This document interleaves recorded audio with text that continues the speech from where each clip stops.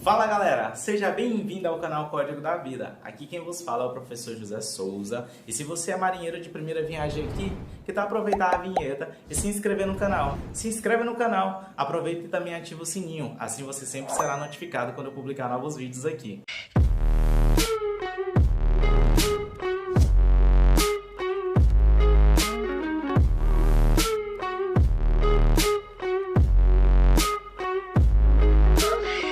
Então, pessoal, vamos iniciar mais uma aula aqui do canal Código da Vida. E na aula de hoje a gente vai estar abordando os volumes e as capacidades pulmonares.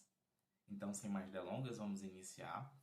Então, pessoal, para a gente mensurar os volumes e as capacidades pulmonares, um dos métodos utilizados, né, pelos profissionais de saúde é a espirometria. Na espirometria, o profissional de saúde ele vai orientar, né, esse paciente a se posicionar na frente do equipamento.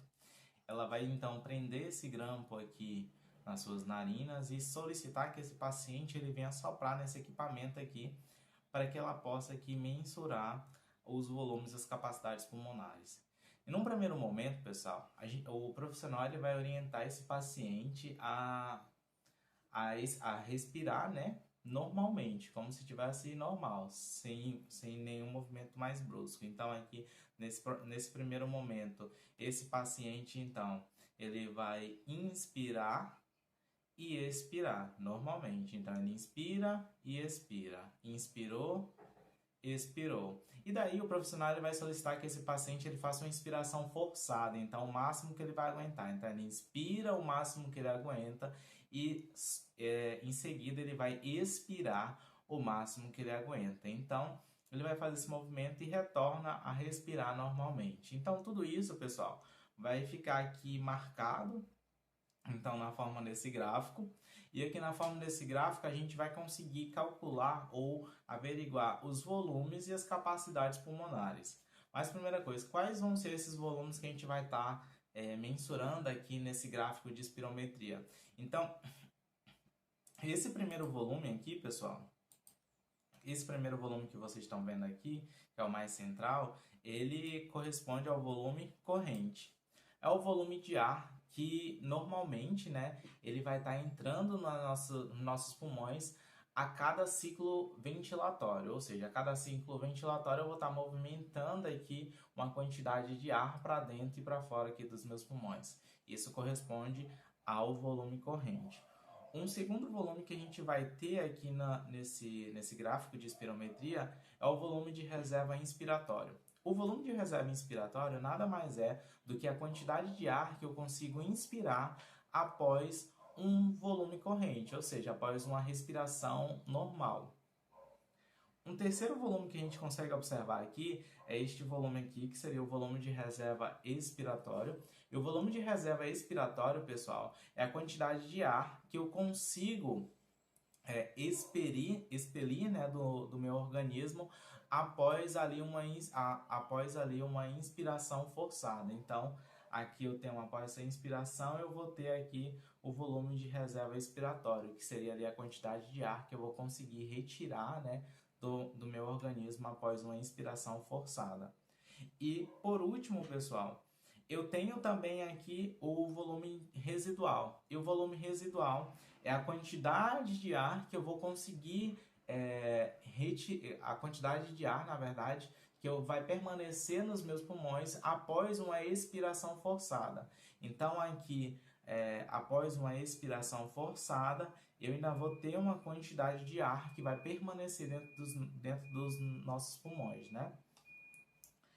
Aqui continuando, pessoal, além dos volumes, a gente também consegue mensurar aqui no gráfico de espirometria as capacidades pulmonares. E como que a gente chega às capacidades pulmonares? Para a gente calcular as capacidades pulmonares, a gente vai ter que somar os volumes. Como assim, professor? A primeira capacidade pulmonar que eu trouxe aqui para vocês é a capacidade vital. A capacidade vital nada mais é do que a soma do volume corrente mais o volume de reserva inspiratório mais o volume de reserva expiratório. Então, aqui a soma desses três volumes corresponde à capacidade vital. Outra capacidade que eu trouxe aqui para vocês é a capacidade residual funcional. E a capacidade residual funcional nada mais é do que a soma do volume de reserva expiratório mais o volume residual, o residual funcional. Então, aqui a capacidade residual funcional nada mais é do que a soma desses dois volumes. Uma terceira capacidade que a gente também consegue calcular aqui é a capacidade pulmonar total. A capacidade pulmonar total nada mais é do que a soma dos 4 volumes, ou seja, o volume corrente, o volume de reserva inspiratório, o volume de reserva expiratório e o volume residual. E por último, eu tenho aqui uma quarta capacidade, que é a capacidade inspiratória. E a capacidade inspiratória nada mais é do que a soma do volume corrente com o volume de reserva inspiratório. Beleza? Aí você pode estar se perguntando, mas e como que isso vai estar associado ao diagnóstico clínico? Quando um paciente, como por exemplo aqui, com a DPOC, ele faz o exame de espirometria, a gente consegue observar um gráfico mais ou menos como esse daqui que eu estou trazendo aqui para vocês, em que os volumes de reserva expiratório e o volume residual, eles são bem maiores do que o volume corrente e o volume de reserva inspiratório.